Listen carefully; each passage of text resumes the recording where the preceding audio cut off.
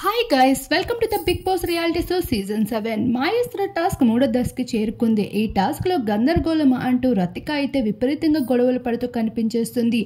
ఈ టాస్క్ లో భాగంగా మరొక టీం వారికి అయితే అస్త్రాలని అందించాల్సి ఉంటుంది. ఇందులో భాగంగానే మొదటిగా పల్లవి ప్రశాంత్ వెళ్ళగా రెండోసారి శుభశ్రీ వెళ్తుంది. మూడోసారి ఎవరు వెళ్ళాలనే విషయం పైన డిస్కషన్ మొదలు పెట్టుకుంటారు. రతిక, దామిని, గౌతమ్, తేజ వీళ్ళ నలుగురులో ఎవరు ముందు వెళ్ళాలని ఆలోచించగా 3వ స్థానంలో రతికకి పంపిద్దాం అనుకుంటారు. రతిక మాత్రం నేను లాస్ట్ లో వెళ్తాను అని చెప్తుంది.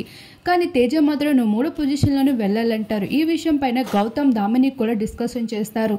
అంతలోనే రతిక విపరీతంగా దామిని పైన విరుచుకుపడుతుంది. నువ్వు నాకు చెప్తున్నావేంటి, లిమిట్ లో మాట్లాడు, సైలెంట్ గా ఉన్నాను కదా అని రెచ్చిపోవద్దు అంటూ ఫైర్ అవుతుంది.